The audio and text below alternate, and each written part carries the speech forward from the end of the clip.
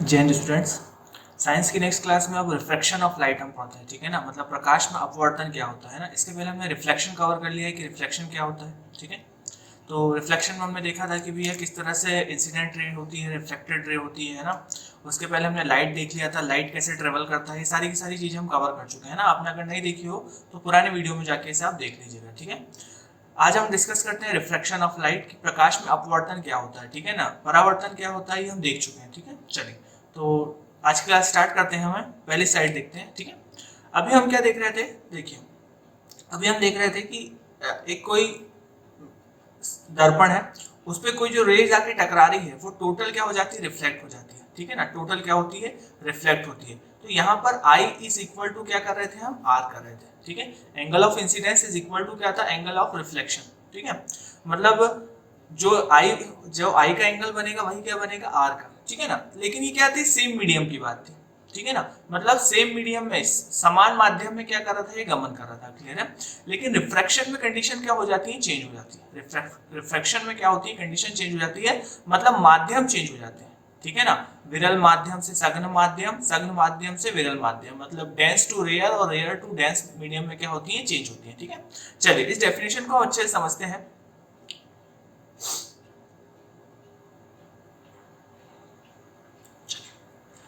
Simple definition लिखी है, देखिए जब प्रकाश की किरण एक माध्यम से दूसरे माध्यम में प्रवेश करती है तो प्रकाश किरण का मार्ग से क्या हो जाती है, विचलित हो जाती है।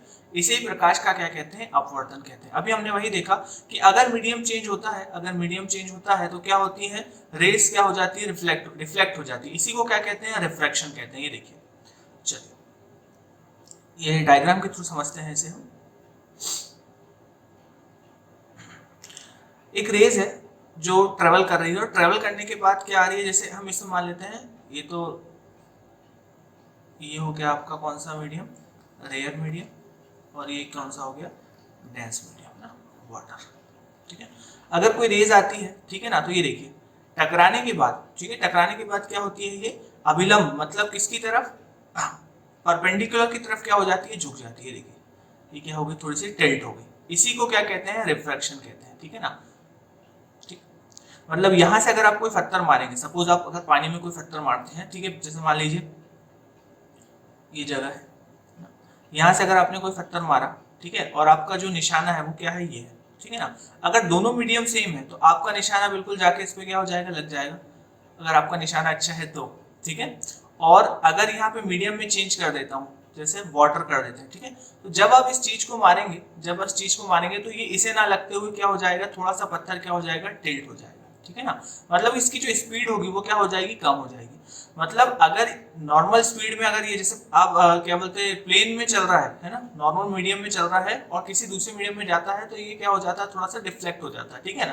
तो सिंपल सी बात है, अगर प्रकाश की किरण क्या, सरल माध्यम, ठीक है, मतलब रेयर मीडियम से डेंस मीडियम सघन माध्यम में क्या होती है, जाती है तो किसकी तरफ झुक जाती है, अभिलंब की तरफ झुक जाती है, परपेंडिकुलर की तो झुक जाती है। देखिए इंसिडेंट रे टकराने के बाद क्या हो गई, ये झुक गई, ठीक है ना। तो ये क्या हो गया, एंगल ऑफ इंसिडेंस हो गया, और ये क्या हो गया, एंगल ऑफ रिफ्लेक्शन, ठीक है ना। ये क्या हुआ, एंगल ऑफ डेविएशन, मतलब इतना क्या हो गया, इसमें डेविएशन हो गया, ये क्या हो गया, झुक गया। आई बात समझ में, ठीक है। तो सिंपल सी बात है, डेफिनेशन क्या होती है, जब प्रकाश की किरण एक माध्यम से दूसरे माध्यम में प्रवेश करती है तो प्रकाश की किरण का अपना मार्ग क्या हो जाता है, विचलित हो जाता है। प्रकाश की किरण का मार्ग विचलित हो जाता है जब एक माध्यम से दूसरे माध्यम में क्या करती है, जाती है, ठीक है ना। इसे क्या कहते हैं, अपवर्तन, ठीक है। पहली कंडीशन हमने देखी क्या, रेयर टू डेंस, मतलब रेयर टू डेंस जाती है तो किसकी तरफ झुक जाती है, परपेंडिकुलर की ओर झुक जाती है, अभिलंब की ओर झुक जाती है, क्लियर है। लेकिन अगर वहीं इसका उल्टा कर दें कि भैया डेंस से कहाँ जा रही है, रेयर, तो क्या हो जाएगी, अभिलंब की तरफ क्या हो जाएगी, आगे बढ़ जाएगी।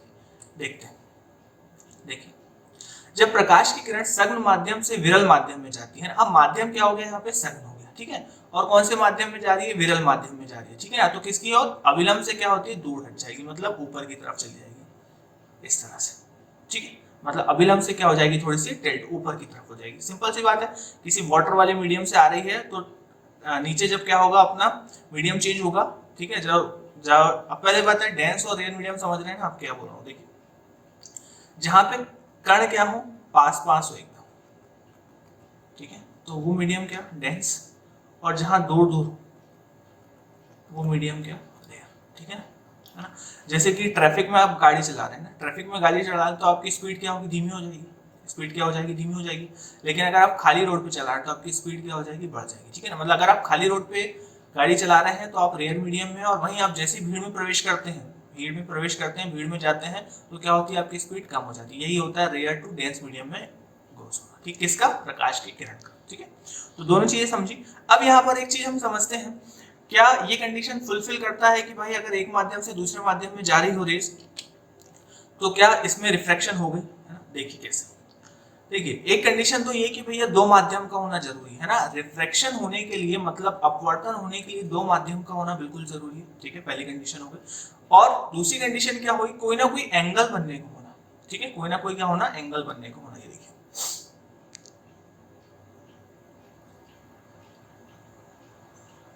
ठीक है, ये एक माध्यम हो गया, ये क्या हो गया आपका दूसरा माध्यम हो गया, ठीक है। अब मान लीजिए सीधा आपने कोई चीज फेंकी है ना, अगर पानी में आप सीधा कोई पत्थर फेंकते हैं ना, कोई पत्थर लिया आपने और पानी में एकदम बिना, अगर एंगल क्या है आपका जीरो है, सीधा सीधा फेंक दिया तो क्या होगा, सीधा सीधा क्या हो जाएगा, नीचे चले जाएगा, क्लियर, ठीक है। मतलब यहाँ पर मीडियम तो दो हुए लेकिन कंडीशन कौन सी नहीं पूरी की इसने, रिफ्रैक्शन, क्लियर है। मतलब एंगल बनना क्या हुआ जरूरी, कोई ना कोई एंगल होना चाहिए, ठीक है, आई बात समझ में। चलिए आगे चलते हैं। अब अपवर्तन के दो नियम है, दो नियम में से एक नियम तो वही है जो पुराना नियम क्या था, रिफ्लेक्शन का। परावर्तन का नियम बता दीजिए आप फटाफट से। रिफ्लेक्शन का नियम हमारे ये था कि कोई प्लेन पर, समतल जगह पर क्या angle of incidence, angle of reflection और क्या परपेंडिकुलर क्या बन रहे थे, एक ही बिंदु, मतलब एक ही तल पे बन रहे थे। ये कंडीशन, ये है रिफ्लेक्शन की कंडीशन, ठीक है।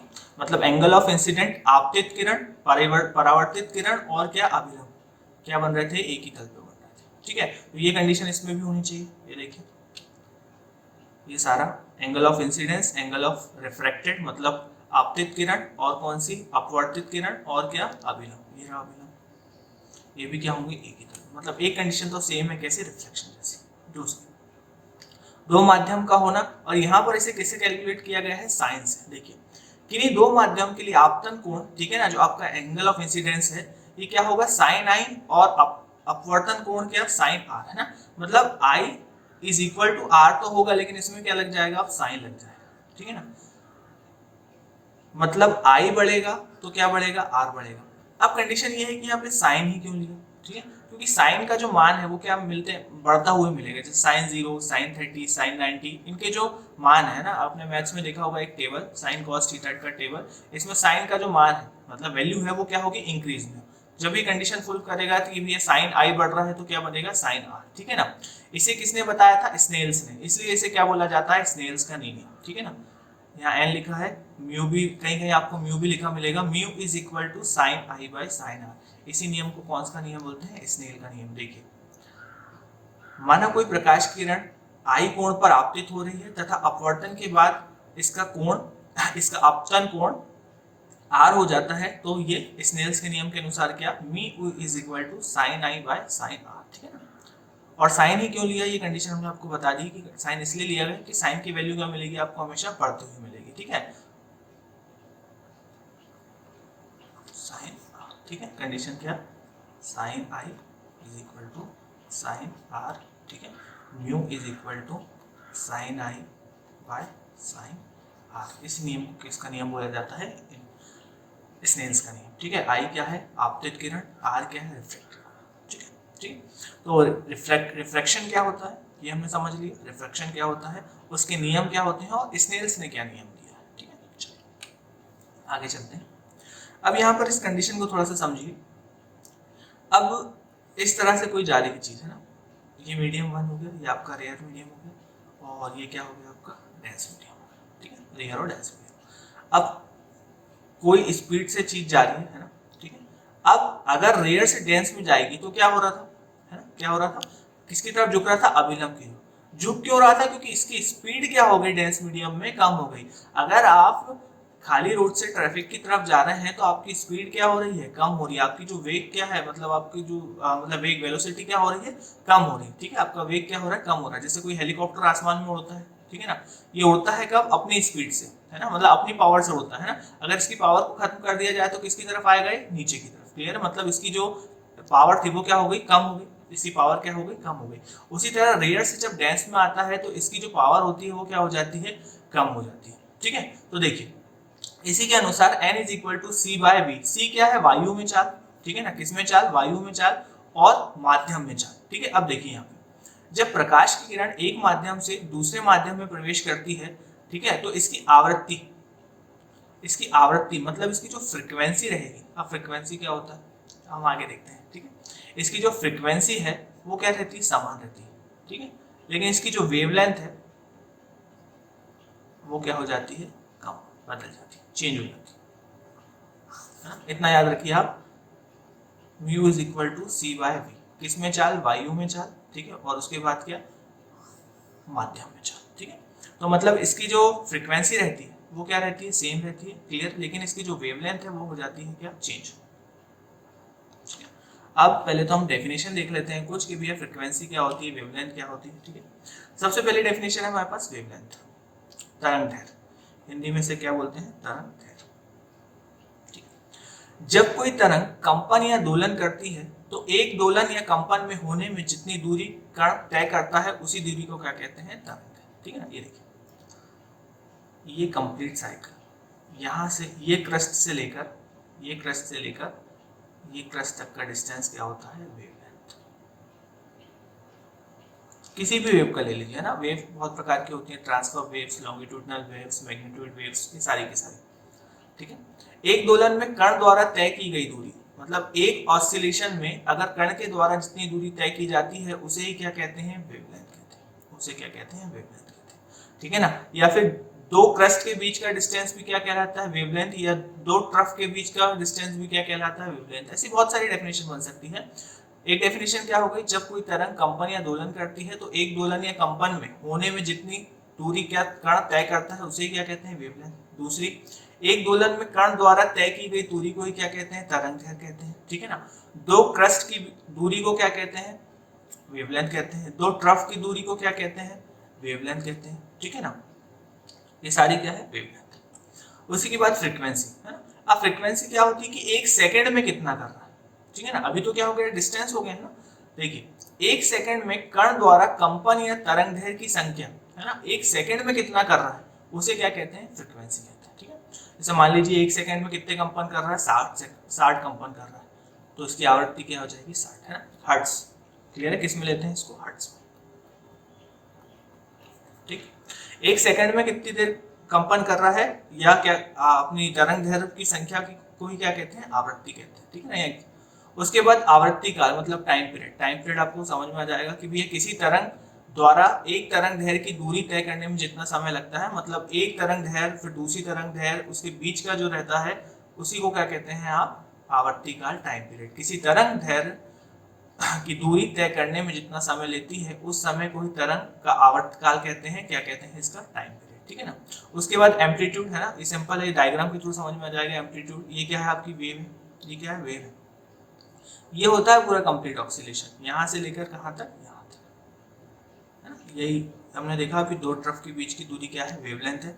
ये पूरा क्या है, देखिए ये कितना 180 डिग्री, ये कितना 180 डिग्री, यही पूरा क्या है, कंप्लीट।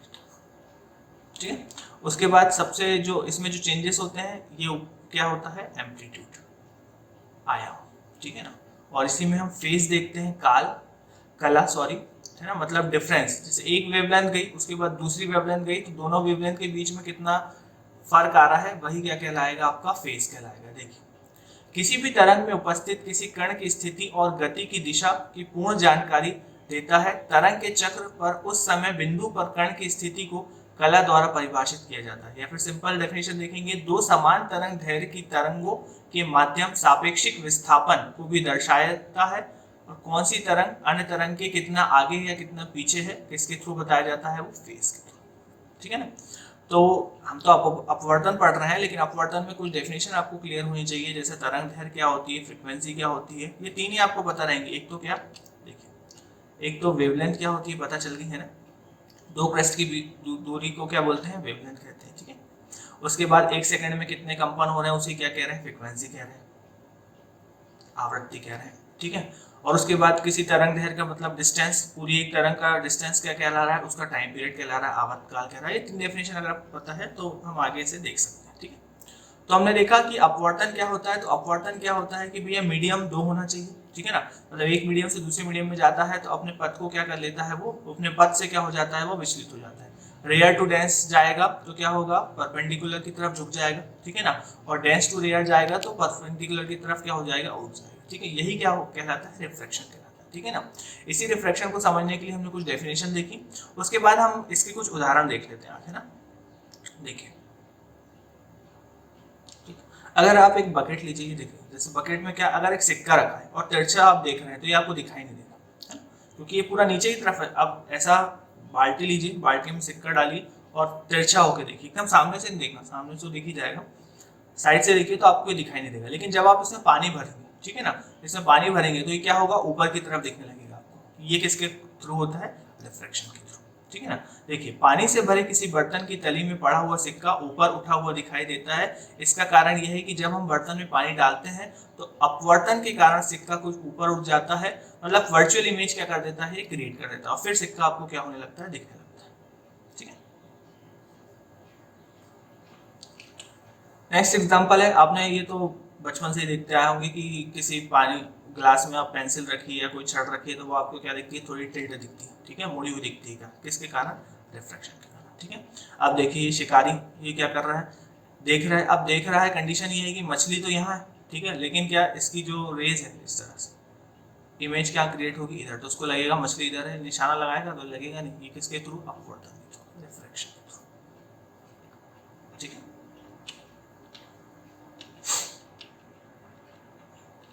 कल जो टेस्ट था अपना एमपीपीएससी का, वो टेलीग्राम पे डाल दिया था मैंने, उसके आंसर भी डाल दिए हैं, ठीक है ना। आप मिला लीजिए कौन सही आपका सही आ रहा है, गलत आ रहा है, कितने 19 क्वेश्चन थे, 19 में से कितने सही हैं, कितने गलत हैं, ठीक है ना। टेलीग्राम लिंक में जाके आप उसको, उसके पीडीएफ दोनों डाले हैं, एक तो क्वेश्चन का सेट डाला है और एक आंसर का भी डाला है, ठीक है ना। तो आज हमने क्या देखा, रिफ्लेक्शन ऑफ लाइट। कल हम देखेंगे इसी में टोटल इंटरनल रिफ्लेक्शन क्या होता है, ठीक है ना, पूर्ण अपवर्तन क्या होता है ना, वो भी बहुत इंपॉर्टेंट है, उससे रिलेटेड भी एग्जाम में क्वेश्चन, मतलब रिफ्लेक्शन की ज्यादा, मतलब परावर्तन के बाद, ये परावर्तन से तो कम क्वेश्चन देखने को मिलेंगे आपको, अपवर्तन से ज्यादा क्वेश्चन देखने मिलते हैं एग्जाम में, क्लियर। चलिए नेक्स्ट क्लास में मिलते हैं, थैंक यू।